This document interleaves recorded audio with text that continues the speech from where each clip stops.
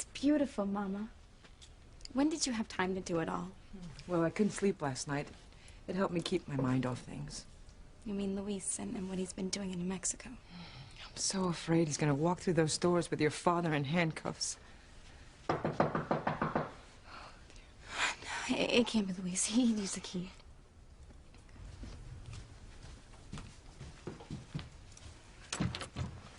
Good morning, Pilar. Teresa. Hi, Hank. You heard from Luis? Just that his plane's about to land in Harmony any minute now, so. Did he say anything about his father?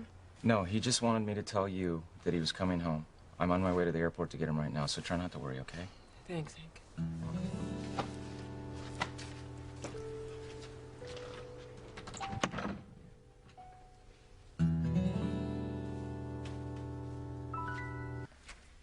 Morning. Good morning, Miguel. You're finally awake. I'll make you some breakfast. Oh, no thanks, Mama. I don't want anything. Besides, you must be tired. I saw the light on here pretty late last night. Why didn't you come in? I had a feeling you wanted to be alone. You okay? Sí, claro que sí. And why were you up so late? I couldn't sleep. I kept thinking about what Charity went through at the church last night. Well, we were there. What happened? Well, it was after you and Mama left. Charity got locked in the basement with a bunch of angel statues. Oh, my God. That's weird. Yeah, and that's not the half of it. She thought the statues were whispering her name, that they wanted her to do something. Pobrecita. It really freaked her out. I mean, then when we finally found her, the statues started moving. Like they were pointing in her direction. I mean, everybody saw it. Oh, it sounds like poltergeist or something. Luckily, Chief Bennett was there, and he was able to figure out what was going on. I guess there was a crack in the floor, and that's what made the statues move. But the whole thing really shook Charity up. I don't blame her. No way am I ever going down that basement again. Oh, Teresita, don't be silly. There's no safer place in the world than God's house. Your father loved St. Margaret Mary's. He would go there every Saturday for confession and on Sundays to receive communion. Mama, don't do this to yourself. Christmas time was your father's favorite time of the year. He loved to decorate the house, and no matter how much I scolded him, he would spend every last penny he had to buy you presents. I wish I could remember more about him, Mama. Well, you were both so young when... But don't doubt for a moment that his family meant everything to him. Do you understand me? As worried as I am about what your brother will do if he finds his father, there's a part of me that would do anything, anything, to see him again. Will you both be going to the tree lighting ceremony? Oh, I have to, Mama. I'm on the school committee. Unless you want me to stay home with you. No, of course not. It's Christmas time. I want you to have fun. I want my family to be happy. There's only one thing that'll make Teresa happy. If Ethan Crane's there. I saw him last night at church. We were all alone. Just the two of us. It's extraordinary. What is? The colors in your eyes. It's like deep brown and specks of gold. Really? And more subtle colors. It's like looking at a Monet.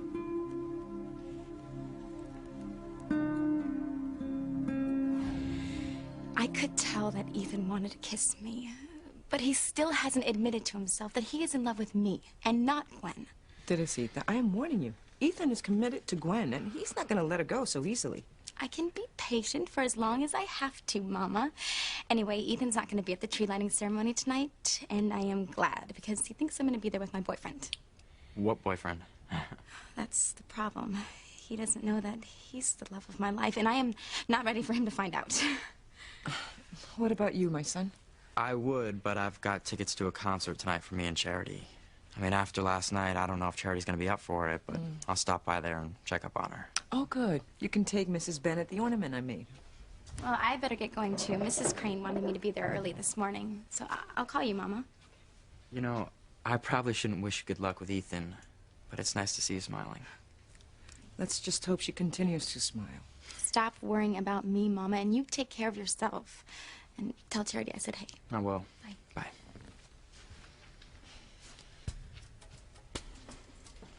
Luis, please. Please tell me about Martin. All right. If the man Sheridan and I found is my father, and I believe it was, then he's not coming back.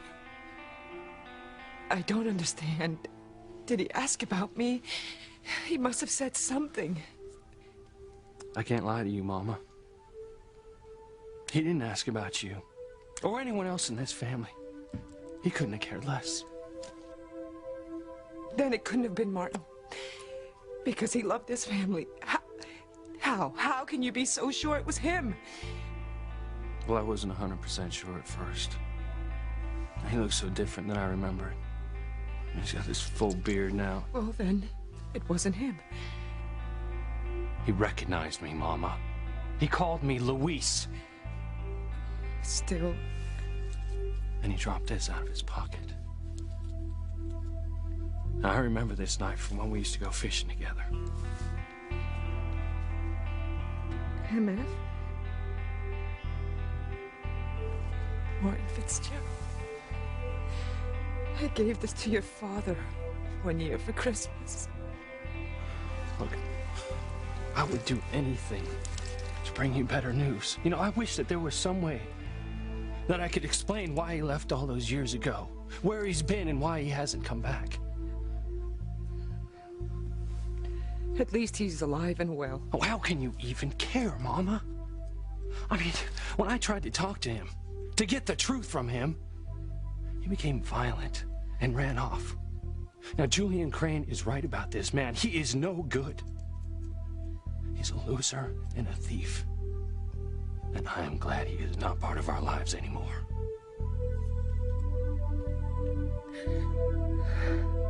But if it was, why did he call me Luis? All I know is that he loved you. He would have laid down his life for you, Luis. Well, then I don't know what happened. Because nowadays he wouldn't do anything for anyone but himself. I've got to go. We'll talk more tonight. I'm sorry, Mama. Look, I broke something at Sharon's by accident. One of those little makeup thingies that women put powder in. Her compact? Yeah. You know where I can get another one? I mean, I'm sure that she could afford to buy a dozen of them, but, you know, I just feel like it's the right thing to do. Try Lowell's downtown. They always seem to have nice ones. Thanks, Mama. Hey, I love you. I love you, Luis.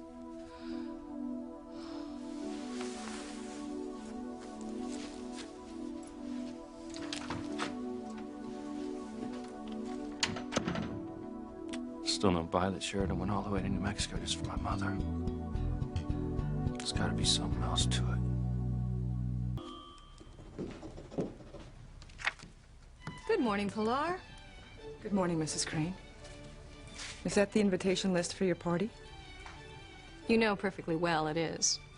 And if you're going to give me another lecture on why I shouldn't invite the Bennetts, don't waste your time. It won't be a waste of time if I can stop you from doing something that could hurt you deeply.